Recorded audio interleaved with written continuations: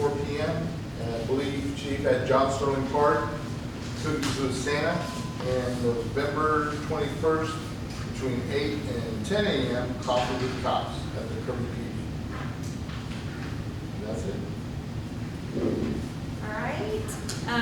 Again, echoing thank you everybody for being here this evening. It's good to see all of you. It's good to see you back to this council meeting. I wanted to thank our election officials. This is a huge undertaking this year, just with everything that's going on. Generally speaking, our local election isn't mixed in with the government and state and federal elections. So I think they're doing an amazing job. The lines are moving. We have had numerous positive comments coming through the line about it being fast and efficient, and it was even on the news where people said if you're having issues in line, go to the city of Kirby and go in their line because they're moving fast and efficient, and people are, actually they even said people were joyful, so I don't know. And the reason I say this is because I was on a call with Bear County on Tuesday, and apparently they expected, I don't know, I guess it's the doom and gloom, but they expected everybody to start beating each other up in line. So, I mean, I just, I don't see it. I had to come up here to sign some paperwork, and I came up here and everybody was jovial, and people know what the scope is coming in, and everybody's just moving along. So, it has moments where somebody will say, hey, we only have 5, and then somebody else will say, hey, it's wrapped, but it's moving really quickly. So those are all good, positive things. So I think that's great for our city, especially, and for our staff, that the election officials that have unfortunately been able to be here all the time. So those ladies do an excellent job going through.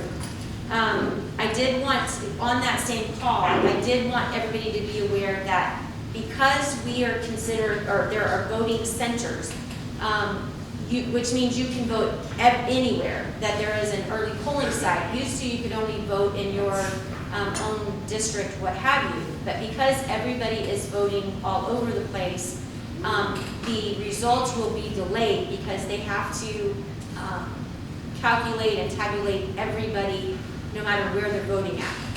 So the results of the November 3rd local election, because that's, used to when we had an election, it was ending at 7, polls into 7, everybody rushes up to City Hall because you're going to get your numbers. That's not going to be the case this year, or even this time. So we'll have to all be patient because of all those voting centers. The early voting hours, you still have until October 30th, before the November 3rd election. So October 30th, it's running through that. The polls on the 29th and 30th actually stay open until 10 p.m.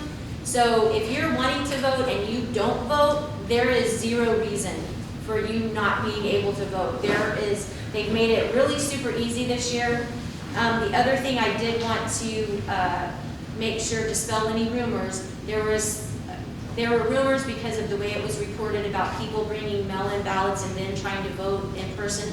It wasn't that these individuals had turned in, mailed in their ballot and then came to try to vote. What it was is people are realizing that maybe the mail, in their personal opinion, that the mail is not the way to go. So they're literally bringing in their unmailed legal mail-in ballot and turning it into the election officials. When this happens, though, it takes about an extra 10 minutes because of the chain of custody. They have to cancel that number, make that person take an oath to say now they're actually voting in person. So if you hear those kinds of things, that's what the hoopla about the mail-in ballots was about. The other thing was if the machine gets jammed, about the chain of custody for jam machines, because I personally asked this question because it did happen. So what they said is that the election officials, one has a key, it goes in like a hopper, like a closed-in cage, basically, and it stays there and remains there until the machine gets back and running, and then it takes 2 election officials to actually get that to make sure that it's going through where it's supposed to. So there's all kinds of chain custody. They've been thinking about it. We may not get to vote because somebody took off the cable back there. I'm just teasing Mr. Pittman. Fell off right there. that loud I'm surprised noise you didn't was say back there. because Joe did it. Yeah, I know. I did want to remind everybody that in the city of Kirby, we have little free libraries. So there are 3 libraries across the city, which is like a book share program. You can take a book, leave a book. If you want to take a book and never bring it back, you don't have to. But the idea is that you'll take a book, read it, and bring it back and grab another one, and you can even donate by putting books in there. We have one located at our police department. That one was actually donated and built by our chief of police, and so that's actually in front of the Kirby Police Department. We have another one right in front of our Kirby, the Kevin Riedel Fire Station, which is right outside of dispatch. That was also donated and made by the Kirby firefighters and the chief at the time. And then we have a 3rd box, which is at the pool. So it is right there. So again, and not only that, those boxes are registered on the National the National Little Free Library website. So it's actually GPS. So if anybody wanted to know where those boxes were in Kirby, they could find them that way. So that was started by a resident in 2017 named Donna, who was actually moved on towards New York. So she's not here any longer, but Christine Linares has picked up that, and so she's solely monitoring those boxes. Curbside bulk pickup is ongoing. The next sector is October 19th. So if you're in Sector 2, you need to have your items out before 7 a.m. on October 19th. Don't worry about how long they're going to take to pick up. You just need to have your stuff October 19th, because if you put stuff there after they've gone, not coming back.